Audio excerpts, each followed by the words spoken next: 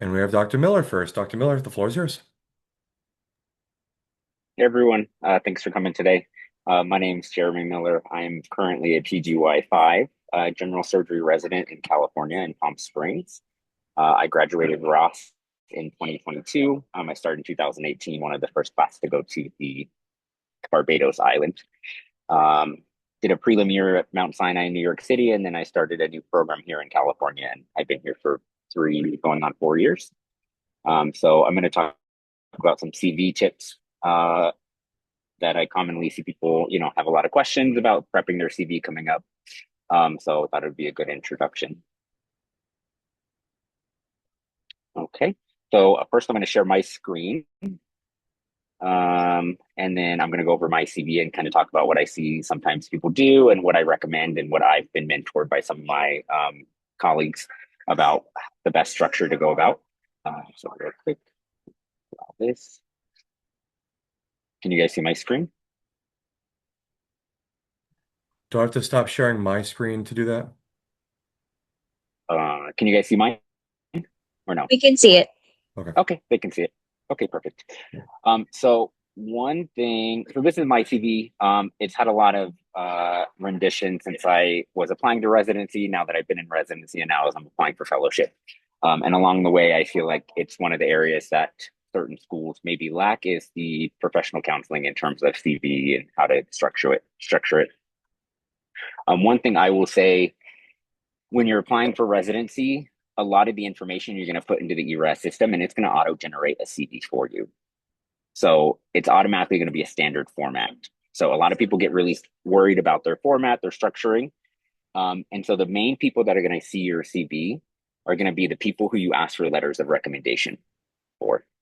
Anytime you ask someone for a letter of recommendation, typically they're going to want your personal statement and they're going to want a copy of your CV. So as you're going through your third year, I know ERAS and match is kind of far away when you're a third year starting out. But as you start doing your rotations and you start thinking about people that you might want to elicit letters from, it's really good to have a draft of these as early as possible so that when they're ready to write it, you can just send it off and it's ready and you don't have to stress about it. So I keep it very simple. I was told by a lot of my mentors, maybe it's just surgeons because we don't like a lot of like fluff clutter. We want to be like direct to the point. But to try to limit the amount of explaining you have to do on the CV. Sometimes I see people list a training environment and then they'll have like 5 or 6 bullet points or things that they did during that training environment. And I commonly see that with volunteer opportunities and things like that. I've been told to get away from that. Uh, it's one thing when you have leadership roles to kind of talk about the description of your job that you did, but try to avoid the nitty gritty of, oh, I created X, Y, and Z sim lab for this. Because at the end of the day, you want to have talking points for someone. You want your CV to be an outline for them to look and to say, hey, this sounds interesting. Tell me more about it. And if you give them all the information up front, you're kind of losing that connection and that ability to kind of talk to them about some of this stuff. So my CV is very simple. Start off with my medical training. I have my prelim year here. And then I have dates here. Things that I've seen people do is they just do month and year. Some people do the dates. It just kind of depends on what you structure. Um, I would avoid, oh, I'll talk about that later. But so very clean, very simple, small text. When it comes down to education, very simple as well. Just school, degree, location. With your undergrad or a master's, you can always put like the field of study, but you want to avoid hefty paragraphs during this section as well. Um, one area that I feel like a lot of students struggle with is the professional work history. If you're applying for a job or for a residency, I don't need to see on here that you were a cashier when you were 16. And I think that's the biggest advice I can give a lot of people is you want your CV to reflect the job that you're applying for. Um, you can put jobs that are not medically related if you were in a position of leadership or you feel like the skills that you obtained are important to your field that you're going into. Like let's say maybe you're going into, you know, a community family medicine program and you worked as a summer in a nonprofit community-based organization, and that really plays into how you got into the field. I think that's important to have, but try to get away from um, things that are not medically related in your CV, at least when you're applying to residency. So my professional work history here, I have some volunteer work that I did, editing some web publications, and then my volunteer in the emergency department, which kind of led into my passion for trauma surgery, which is what I'm going into. Next here, licenses and certifications I have. I'm sorry, I'm at the airport right now. I'm traveling to Colombia for the Pan American Trauma Society meeting, so it might be a little loud. Um, for the licenses here, this is where you would put your BLS, AT, PALS, things like that. If you hold any other certificates, licenses, things that you're interested in, I think this is also important. For me, when I was applying, I was board certified in public health, so that's something that I made sure to mention and was definitely a talking point on a lot of my residency application and now for fellowship. But once again, very simple here. Any leadership and awards you might have. This can date back to undergrad. I feel like a lot of people always have the question, like, how much can I include my undergrad years? Like, let's say I was, captain of the swim team or something like that. That's all very important to have. I would continue to have that. Residencies really value participation in sports, especially if it's in a position of a position of leadership, because it kind of shows that you're able to take charge and kind of manage a team. I think that's important in a lot of different specialties you go into. And then if you have any other like clubs, especially during undergrad, things like that, or now during medical school, I was heavily involved in the surgery interest group and then Phi Delta Epsilon for my time on the island. Any professional committees you join or positions you hold. Let's say you're part of the American College of Surgeons and you're a resident or a medical student member on a board. That's important to have. Definitely something to put. For me, I'm part of the Pan American Trauma Society, part of the disaster committee. So I put that. And then an area that I feel like people struggle a lot with is the research section. So I divide my research into 3 different things. I have peer-reviewed publications, then I have research presentations down here, which is like presentations on at conferences and things like that. And then I have research experiences, which kind of dates back to undergrad when I was working in a lab or during my public health degree where we kind of did some other work for hepatitis C. And then I have a section down here, research in progress. Even if it's not published yet, I think it's so important to have on your CV. And a lot of people have questions about that. Like, hey, it's not fully published yet, but I'm working on it. Great. Create a section for it, research in progress, so you can talk about it. Because at the end of the day, you want someone to open the conversation about, hey, I see that you're working on this project. Can you tell me a little bit about it? And they kind of want to learn more about your interests in you.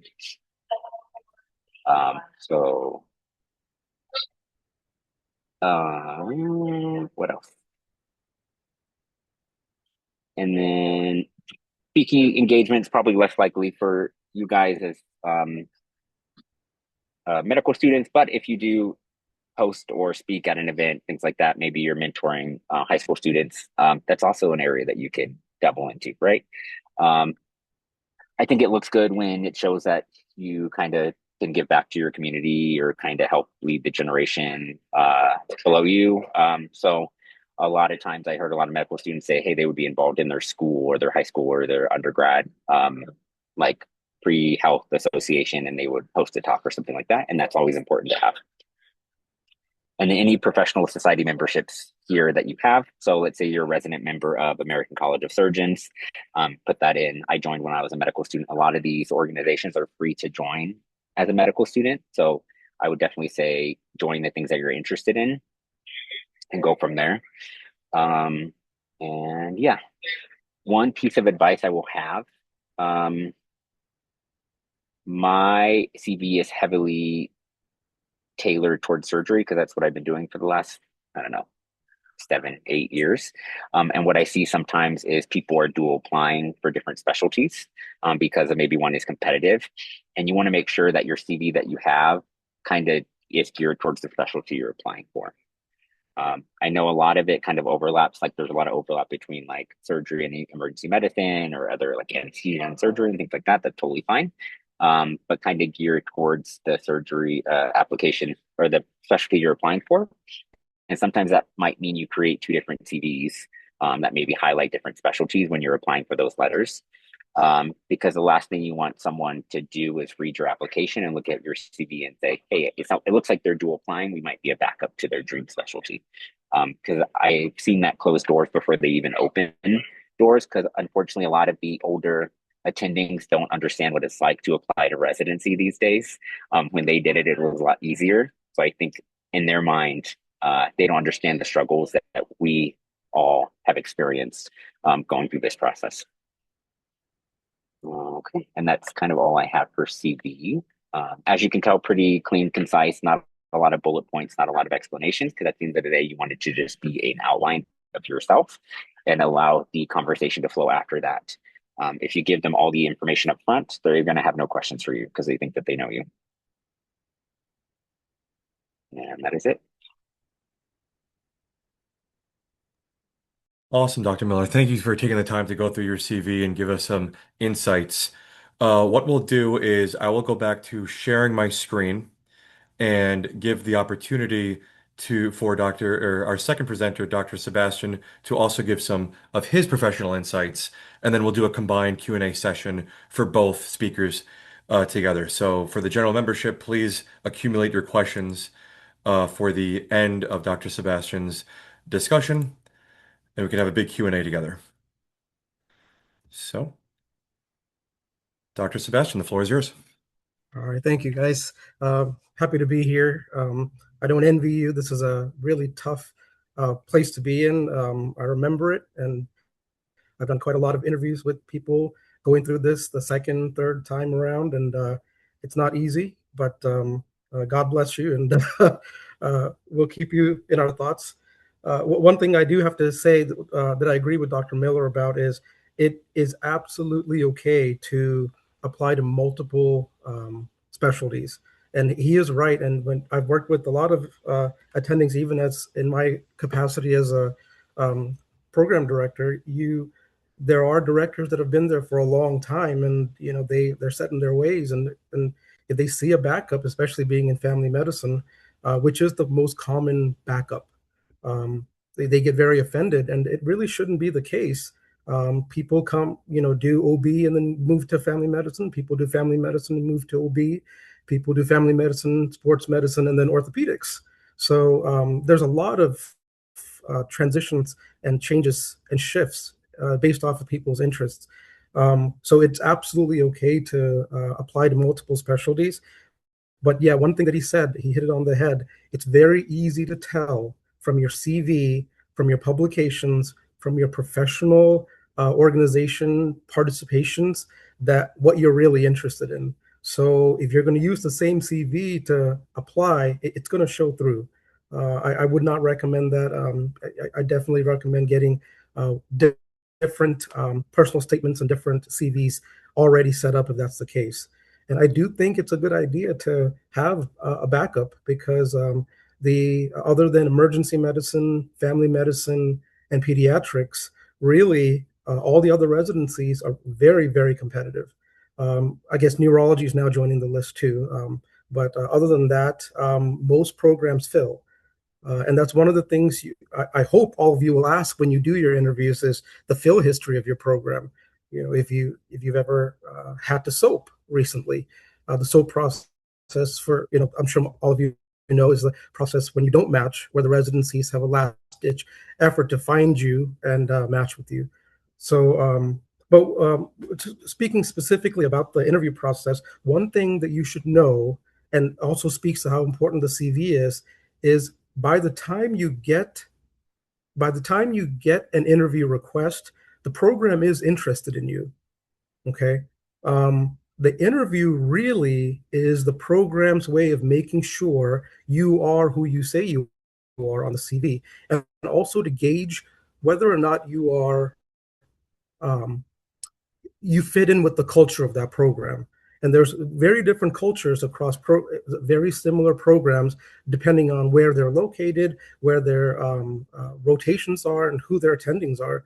If your attendings are all full spectrum, speaking about family medicine, if you have attendings that are doing OB, sports medicine, geriatrics, inpatient medicine, and outpatient medicine with a little bit of dermatology. So if you're doing full spectrum, the culture is a lot different because you're working also with surgeons, orthopedic residents, OBGYNs, and internal medicine residents. So that program's culture is totally different from a bread and butter family medicine residency. So it's the same for surgical residencies, OB residencies. So the attendings, the program residents, where they go on to, these are all things that you really need to ask about during the interview.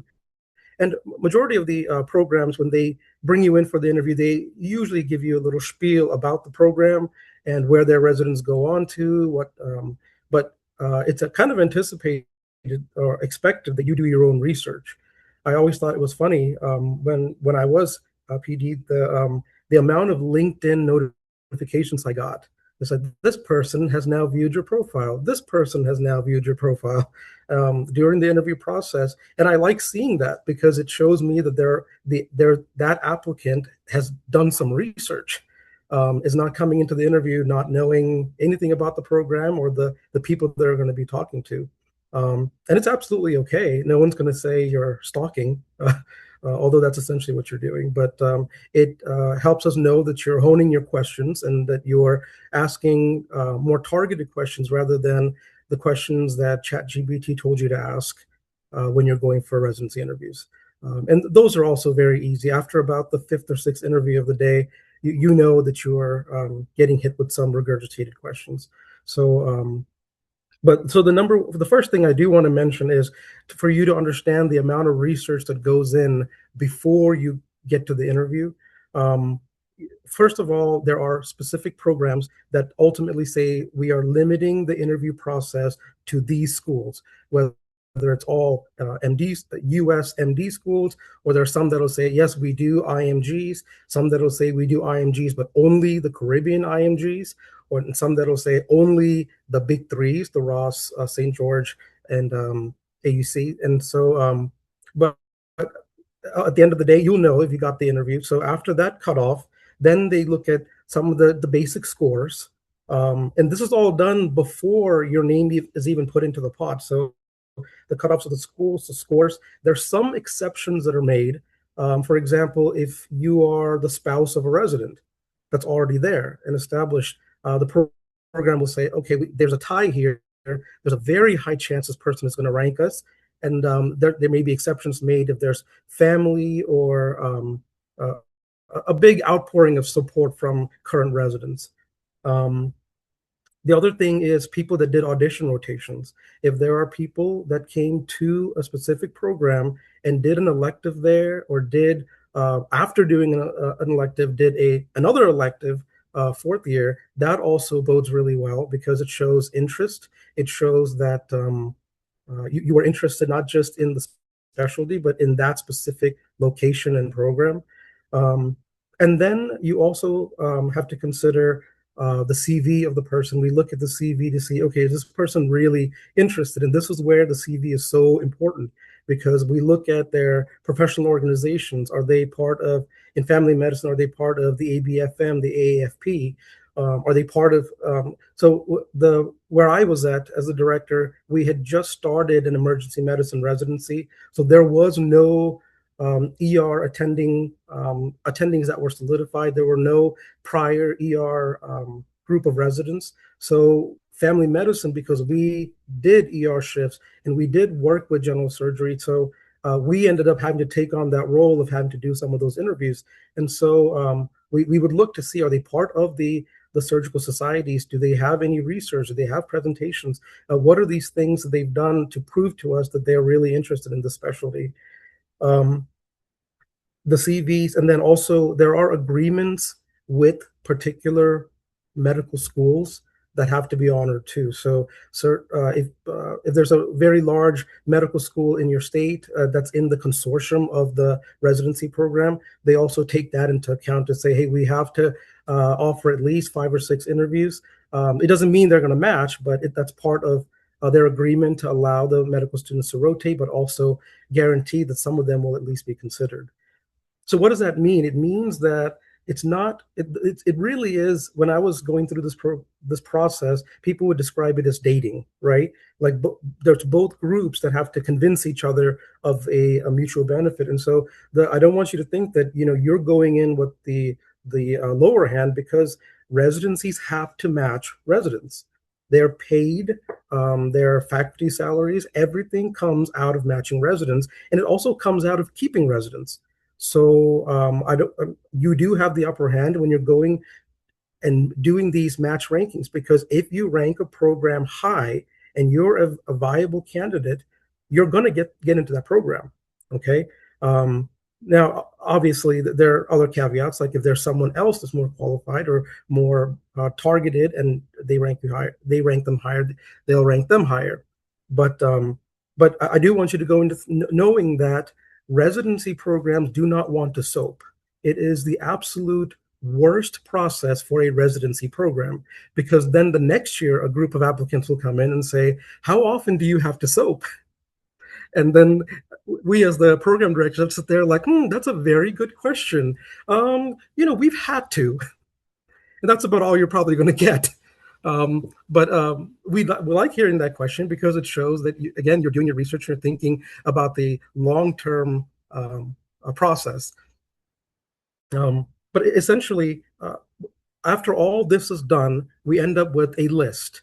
And that list then goes to essentially the program coordinator. The program coordinator is probably the most important person you've never heard of.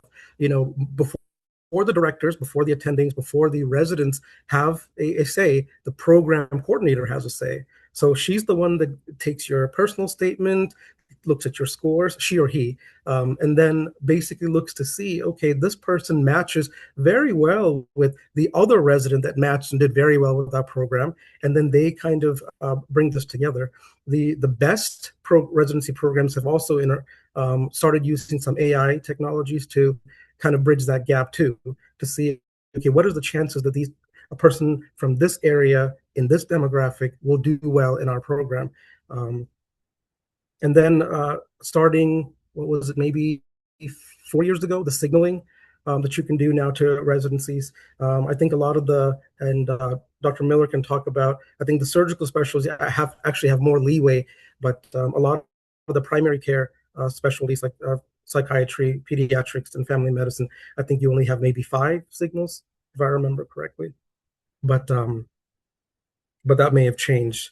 So I've actually, for the past 2 years, I've moved down south. I was at the program director of Altman Family Medicine Residency in Ohio for 3 years. And then when I had my 2 kids, I decided I'm sick of delivering other people's babies. And so moved down south. So some of the stuff may have changed. Certainly in the setting of AI, things are changing fast. But I think the process has remained ultimately the same. There are cutoffs before the interview list. Then that is gauged with the culture by a coordinator of some kind. And then it gets brought to the program director and the recruiting committee, which is made up of the chief residents, a few attendings, and the program director.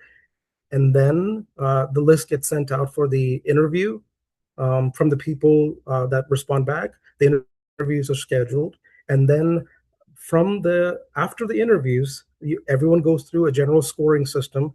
Now, this is where programs may differ, because some programs are very attending centric. So, after the interview, after you get all the things, the ranking goes specifically to the attendings, the program director, and the coordinator. But a majority of the programs, they give equal weights to the residents, the directors, attendings, and so on. And then there are programs that give equal weights to finalize a list, but then it's screened after by the recruiting committee, the program director, and they'll say, oh no, we got to shift this a little bit based off of signals, based off of what we see. It's very important during the interview to fill in the gaps. What are the gaps? So just like Dr. Miller said, you really don't want to put a lot of fluff in your CV. This is your foot in the door, so put in as much robust information about your academic and professional history. But during the interview dinners, that's the time to really talk about your culture and what your goals are. And I have to mention culture because that's always the perfect answer during the interview. Okay, so why did you pick this program? Well, it's the culture. Why did you pick this location? It's the culture, right? And so it gives you some flexibility on how to answer because that's essentially the dog whistle. That's what people are looking for. It's okay. Well, do you fit in here? Are you going to come in here and play chief resident as an intern and try to cause hell? Are you going to mesh with all the other residents? Are you going to be, bring some value to the program? And the value can be quite simply uh, just make the motions and graduate. Because at the end of the day, again, like I mentioned, these programs, the point of the residency program is match residents without having to soap and graduate them. If you hear questions or if you hear concerns about people being dismissed and people being cut and let go and all these things, which do happen, that was pretty egregious. Okay, and that's why the interview process is so rigorous, is because they don't want to do that. If you lose even one resident in second year, that destabilizes the entire program. Other residents have to pick up more shifts. There's more call. There's an imbalance with rotation requirements. I mean, it's quite destabilizing to a program to lose residents. So the goal is match residents, keep residents, and the best way to do that is to make sure you don't make a mistake in picking residents.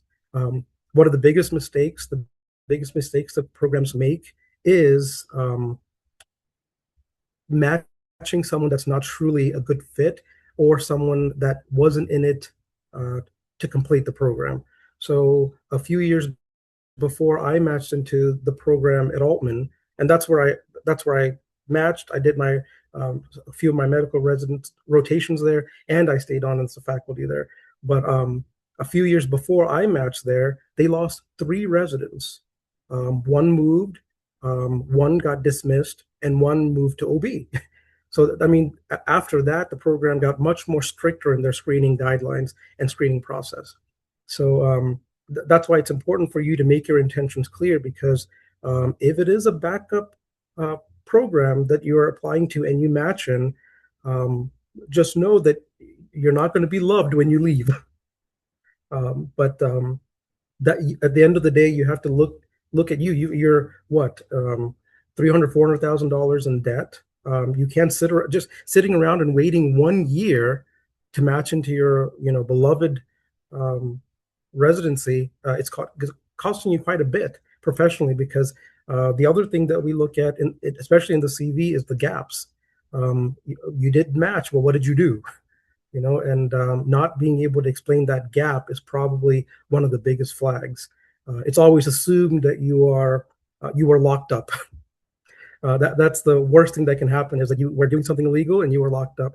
And so it's your job to convince us otherwise. So gaps are very, very bad in regards to this process. But yeah, overall, at the end of the day, I used to tell people, if you got the interview, the program is interested in you. Your job is just to make sure that you do come off as the person on the CV. You are genuine, and truly, you're not a weirdo. That's the easiest way to say it, because some people come in, and I can't tell you how many interviews that I did where I just could not understand where this person came from, because on the CV they were this perfect candidate, and the person sitting across just did not match it at all. Had no social IQ, just seemed strange. The last 2 years I was there, we went to an all remote interviewing process, and where you're sitting, we really don't want to see toys and emotional support puppets. These are all things that we see, weird, strange things, and we're like, this is a professional interview. You're not here to make us laugh. You're not here to wow us by your medical knowledge. We're just here to make sure that you're serious about the profession and the field, and that you are genuine. Um, and anything on your CV is fair game. And this is where some of the more controversial things come into play. Some people will say, "Hey, if you're part of a religious faith organization, absolutely do not put it on your CV." And where some people will say, "If you think based off of your research that it can give you the upper hand, you should absolutely include it." Because there are some people that can use that as part of the interview process. But because if it's on your CV, it's fair game to talk about. Even going as far back as your research, they can ask you, tell me a little something about research. When I was initially getting into medical school, I was very interested in psychiatry. So a lot of my research was on psychiatry and psychotropic medications. And they asked me about it during the multiple interviews. They were like, tell me about the pragmatic psychiatry and this paper. And I had to explain I had a bucket of pee thrown at me. That's why I'm no longer interested in psychiatry. You so make sure you have an answer to gaps or anything that contradicts your stated interest during the interview. Um, I think I'll cut it there. So I want to make sure there's enough time for everyone to ask questions. One other thing I want to add, I don't know if it's changed, especially being a Rossi. It's kind of what I was told is to aim for about 15 to 20 interviews. I don't know if that's changed. By the time I had started a residency, they had said maybe 10 to 15. And just make sure that you complete all the interviews that you're scheduled for or cancel appropriately. Okay. There are multiple instances, none Rossi, but many Caribbean applicants that were scheduled for an interview either did not show up or did not decline in a courteous way, where we reached out to other program directors in the consortium to let them know, because it is not professional and it does speak to your character. And so if you are signed up for an interview, make sure you give them lots of time when you cancel, and make sure you do it in a very courteous way, and absolutely bare minimum show up, because it may affect, because program directors, even as me as the assistant program director, we're all part of a group, a big body. And so everyone talks, everyone is in the same groups. And so the network is large, and you don't want your name floating around for the wrong reason.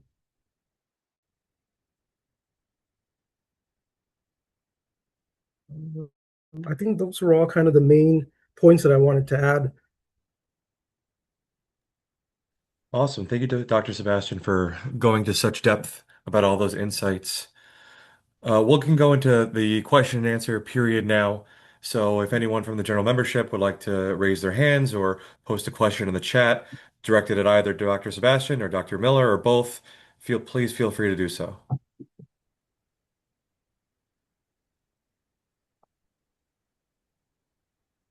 And I can verbalize questions out loud for the recording purposes. One question is, would program directors take into account if you opt for an in-person interview versus a Zoom interview? That's actually a really good question. I would say a few years ago, we would have said yes, but it's now it's no. Because a lot of the governing bodies, the ACGME, they've actually said that it is detrimental to require in-person interviews.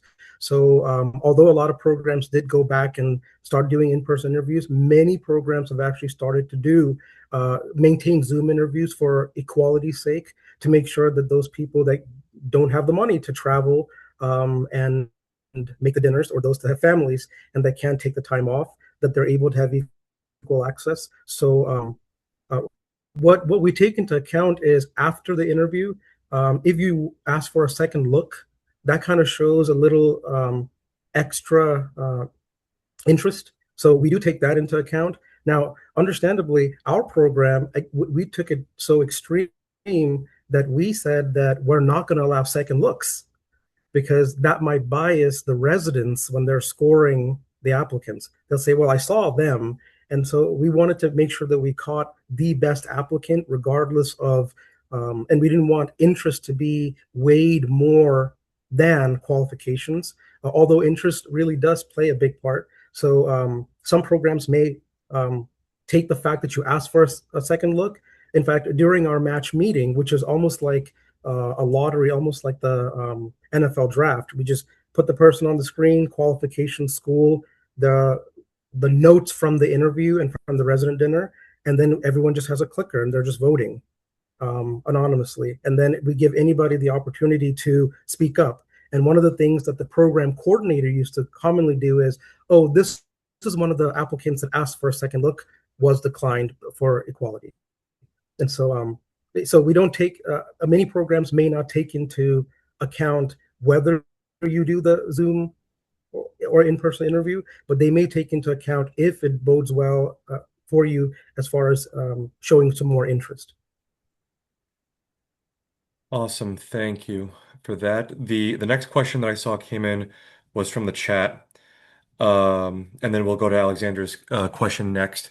So in the chat, someone wrote, I understand that U.S. medical students can apply for residency without having a Step 2 score available when applications are first reviewed. In your experience, how are USIMG applicants viewed if their Step 2 score is not available by September 23rd? Would not having a score at that time significantly affect their chances of receiving interviews? Yes, that's significant. That's actually one of the cutoffs. If you don't have the scores available, a lot of programs will, yeah, you would not get the interview, and that's not even a part of the. That's not based off of the director or anything. A lot of that is just basic across the board, things that are done almost automatically through the machine. Thank you. 100% would agree with that. Yeah.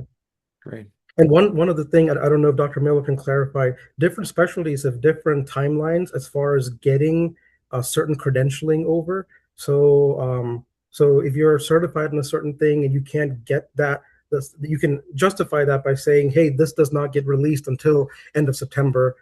So that might buy you some time. But for the most part, from the step standpoint, the IMGs are looked at much more strictly, and it may definitely affect your chance. Awesome. Thank you. Alexander, you were next. You can go off mute. Hello, everyone. First of all, I wanted to say thank you very much to both doctors for, sharing your insight. My name is Alex, and I'm halfway through my third year at Ross. And my question is about letters of rec. Not positive if you can answer them, but considering that I'm halfway through my third year, and I'll be applying into the 2028 match. I was just wondering if there was I have some interest in a potential letter of rec in my third year, but I don't really know how to go about that because it's so early and the match system hasn't even opened for barely even 2027 yet. So just kind of wondering how we would go about that if we're already looking for trying to get letters of rec, or doctors have approached about potentially writing a letter of rec, if that's something that can be done so early. Because I'm also worried about the leaving and doing electives and then coming back and being like, hey, you said you'd write this letter of rec, and then them being like, who are you? Yeah, what I used to tell people is at my program, I taught M2 students sports medicine, like joint injections and minor surgeries. And so some of them would want a letter of recommendation for much later, many years. So I would say, make a Word document with your picture, what time you rotated in the area, and then just a little blurb about you, and just even if it's not your full personal statement, just a basic personal statement about things that you're interested in.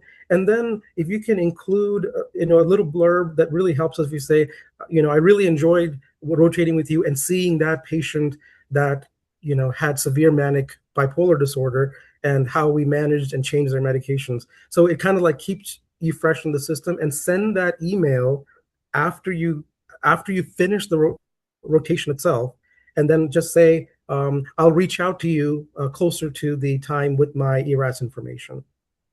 Because then we can see, okay, when did you send that? You had the intent to reach out, that it's not just like a fallback letter recommendation. We see the picture and we have that personal anecdote or that experience with the rotation, and it helps us tailor a good letter recommendation. If you reach out even after a year, if you rotated in third year and you come back fourth year and we can't figure out who you are, you're going to end up with a very generic letter recommendation.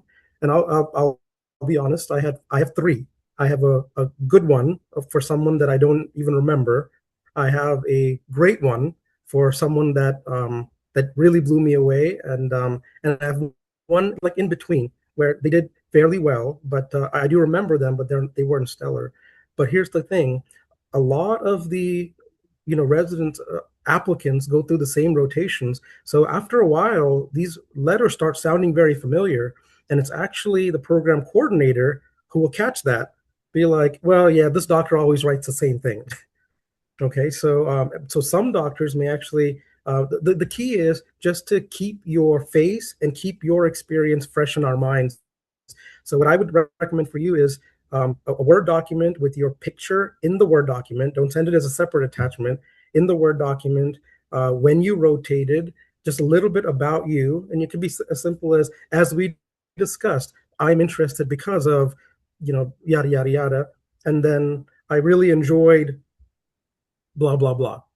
Okay, and so when you do send a message closer to fourth year, and then we go back and read that, and oh yeah, I remember this person, and it's much easier to write a good strong letter recommendation for you without having to go for something generic. This is I'll jump in real quick. This is a common thing that I feel like a lot of people ask too. They have similar concerns.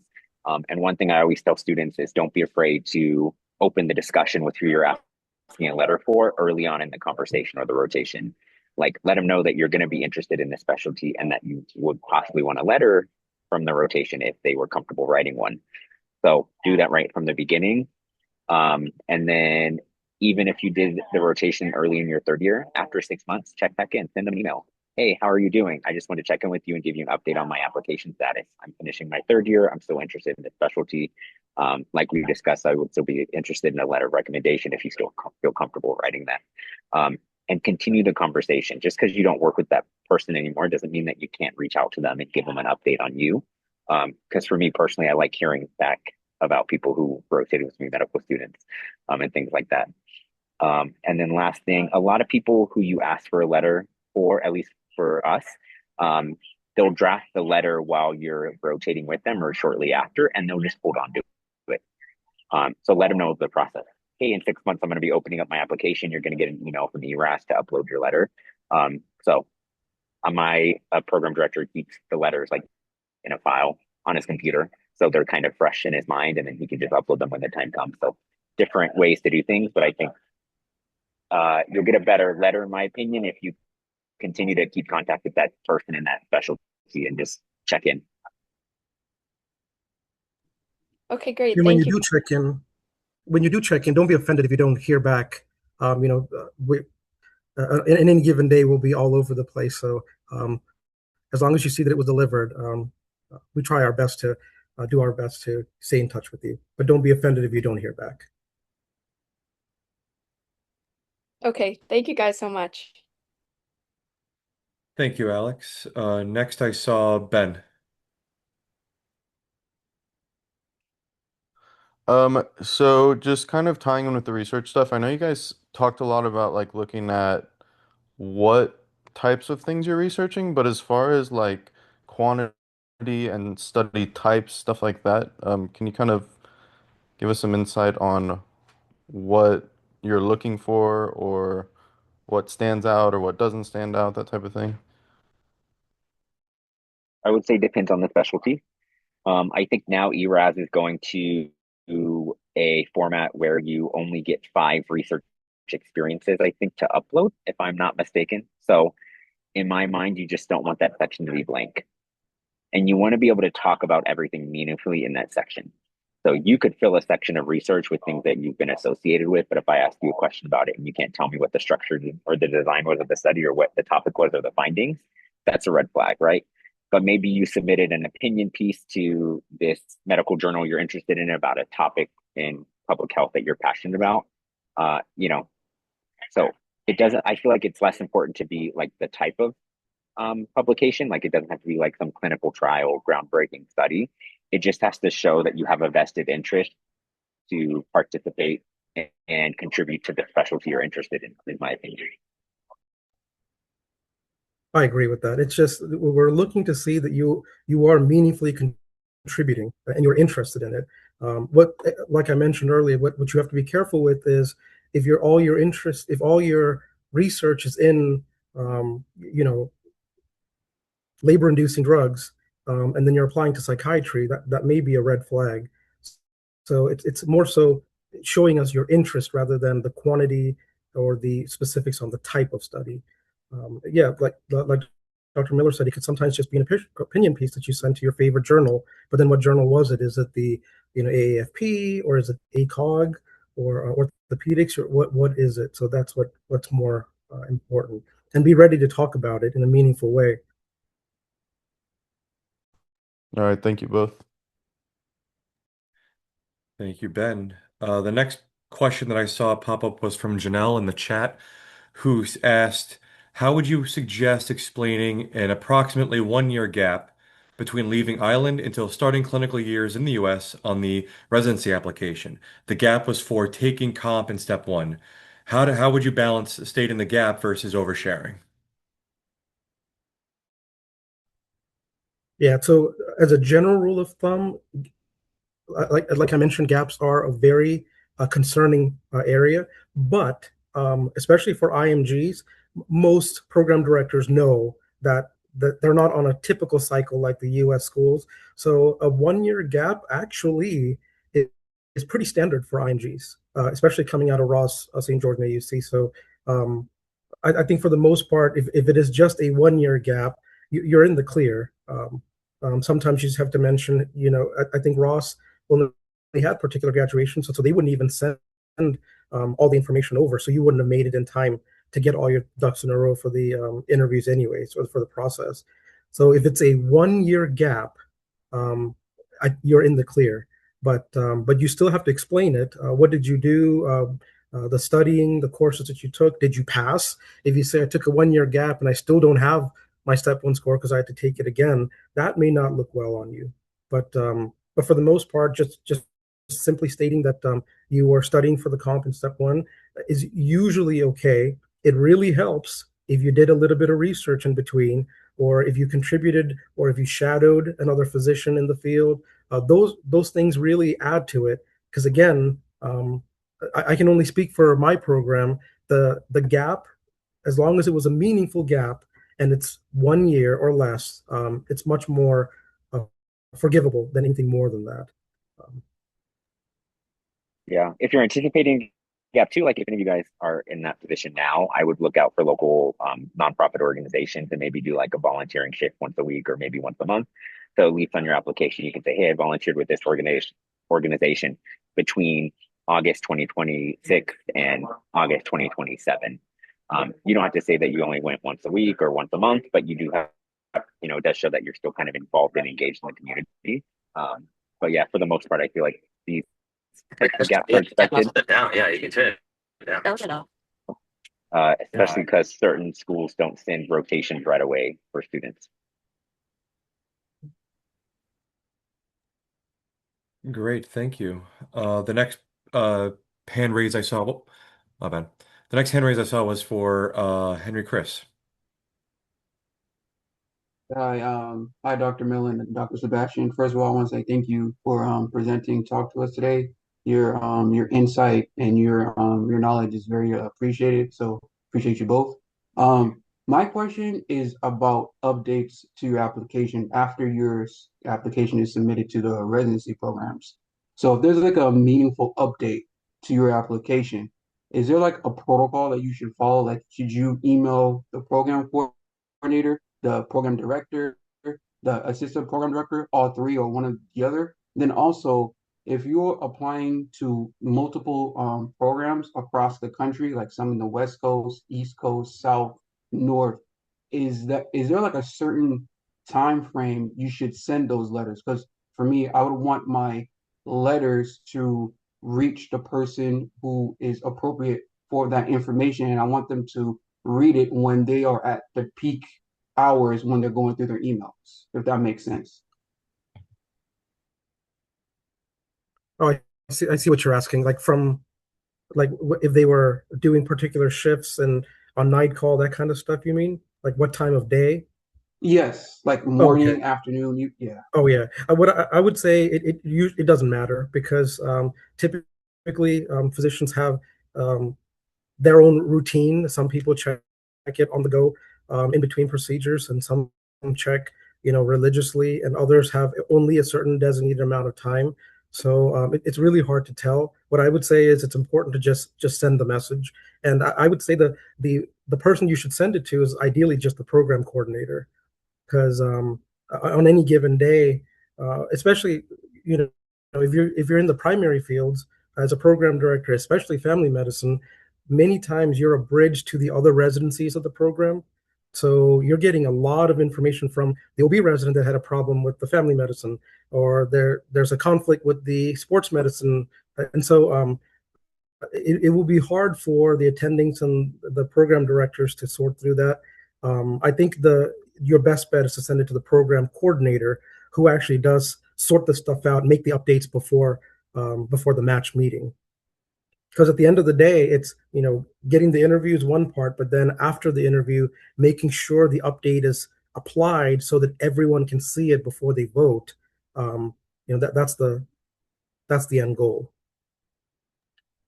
The program coordinator is the gateway to everything, I would say. And your interactions and emails to that person will determine maybe how far you get in the program too. So I would always encourage to draft professional emails, not just straight to the point, not short, just like, how are you? Hope you're having a good day. Like, be very conversational, because they might remember you from your nice email and your tone, and that might help push something through, like an update to the PD who might be busy running around doing 100 other things. Okay, thank you both. Great. I don't see any questions in the queue right now. I do have one of my own. So I know that you guys have touched a little bit about the gap and the understanding that after some point, because the Caribbean schools can be a bit off cycle, there's some time between someone completes their MD degree versus when they actually start residency.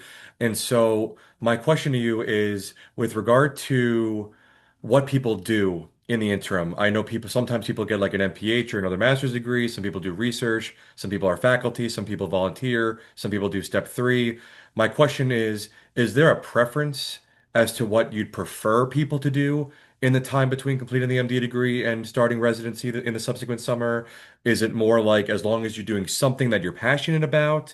Like, generally, what are the thoughts on the matter? Yeah, I wouldn't go so far as to say anything that you're passionate about. I would say do something that you're passionate about that also keeps you clinically relevant. That's very important because, I mean, that term has been said multiple times during our match meetings is, what has this person done in the gap, and was it clinically relevant?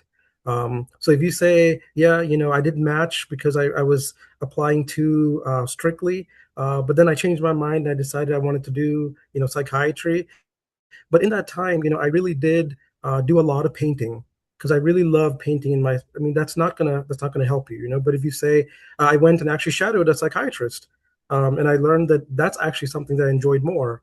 But yeah, doing an MPH, being faculty, anything that keeps you active and academically and clinically relevant, I would highly recommend that. But but yeah, for those people that said I just burnt out and I needed a break, and that's a lot of explanation. But there's a little bit of leeway given, obviously for family things. If you got married, had a child, and there's different exceptions that are made. But for the most part, yeah, anything that keeps you clinically relevant, and also demonstrate your passion for from that professional setting. I can say from a step three looks really good, at least for us, but in addition to other stuff too. So if you're able to contribute meaningfully and in a clinically relevant scenario and get step three done, I think for us that's like a plus. Yeah, step three would be phenomenal because then the residencies don't have to worry in intern year about training you for the in-training exam. So you already got step three. You got a lot of it, knocked out of the way, and you're probably going to pass all your in-training exams, which are the mini exams that you have to take every year. So yeah, if you can get step three done in that gap, that is a big plus. Awesome, thank you. Another question just popped into the chat. Uh, the question reads, if you have graduated and you have a gap before residency, do you have any advice on what you could say you are working on? Is studying for step three considered sufficient?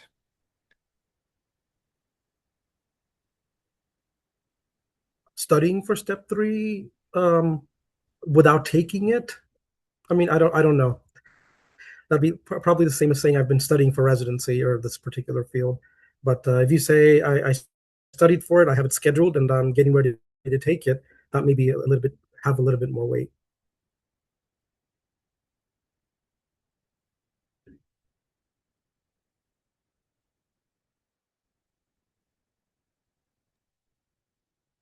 Is there anyone else that has any other questions for our guests? If I can just add one last thing, if you know, Please. again, one thing I really want to stress is that if you get an interview, the residency wants to match you. Okay. The only way you may not match, if you can think about it in a very easy way, the only way you will not match is if you are not the person that was demonstrated in your CV. Okay. If you don't have a good bedside manner, if you don't have good interactions with residents, then the question is, how are you going to interact with our patient population? One thing that Dr. Miller said, I want you to take to heart that the program coordinator is the gatekeeper. If you do a rotation, make sure you see the program coordinator multiple times and keep your face fresh, keep your name fresh in their minds, because you will not get an interview. In fact, the directors will not even see your name. Uh, we won't even see your application if the program coordinator doesn't deem it so. So that's very important. And then just be yourself. Don't. It's a very nerve-wracking process to sit through these interviews, but if you're just normal, if you're normal and anxious, then you're perfectly okay. But sometimes it just gets a little much. During some interviews, I've had what are those octopuses that change emotions. We've really had applicants take and be like, now I'm sad, now, and don't do weird things. This is a professional interview, and if you treat it as such, don't sit and lounge back, and just make sure that you're presentable and you interact well. The interview is actually very easy if you're just yourself, and sometimes being yourself means that you're not a good fit, but you will find the program for you. But one thing, I say this all the time: just be a normal and decent human being, and you'll do fine. If you try to be something that you're not, or if you try to put on something, it'll show up in the interviews and the interactions, and that's going to make it much more difficult on yourself. I would like to say, watch your social media posts. In addition, we've interviewed people and gone on their Instagram and seen things that we maybe didn't align with our program, or maybe portrayed them in a light that we didn't think was good. So if you have social media, make it private, and try not to display images out there that you wouldn't want, when you're an attending, that you wouldn't want your residents to post. Well, thank you for that. Another question did just pop up. Caroline, the floor is yours. Hi, sorry, kind of a last minute question. It kind of goes back to the CVs though. So for my background, I have a background in research where I was in a master's program and I presented the same poster at like our program's retreat and then at a conference, also like at our graduate student like research day. And it feels weird on the CV listing like the same title for the same poster multiple times. Like how would you approach that? Would you still list it with like the setting in which you presented it? Or would you just list like the most, not the most relevant, but like the most impactful environment? Yes, that one. Okay. The most impactful. It's not uncommon that people do their hospital research symposium and then they take that and go to another presentation or something in the national or local level. That's totally normal. If anything, the hospital or the smaller one usually kind of acts like a trial, right? You get to kind of try it out. But when you're putting on your CV, in my opinion, at least, putting the most impactful one if it's the exact same thing, right? If you took it and changed it a little bit and maybe you have a new take on it because you looked at the data a different way and now it's changed, but if it's just recycling the same presentation for 3 times, I think that just might look like filling, in my opinion. Okay, I agree. I just wanted to double check because, like I said, I just want to make sure that everything is framed in the best way. Now, if you have a presentation for that and then you submit it for publication and that gets published, those are 2 separate things, I would say. Yeah, it's a different thing. Done. And they, for me, they have different titles as well. So I think that Perfect. but, okay, thank you so much. Cool. Any other questions?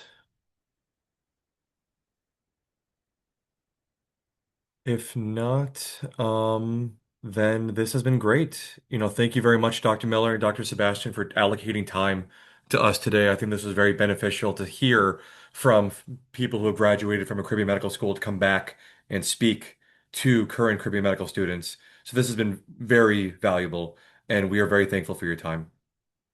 I will go ahead and stop the recording now. I'm going to go ahead and throw my email address in the chat. I know some of you already from my med school who already have my email. Sorry if you guys have emailed me and I haven't been so responsive lately. I just finished fellowship applications and interviews and just submitted my rank list. So I'm a little bit more free now, I will say. So please reach out with questions, comments, or anything I can do to help you as the match season approaches. Surgery, non-surgery, whatever.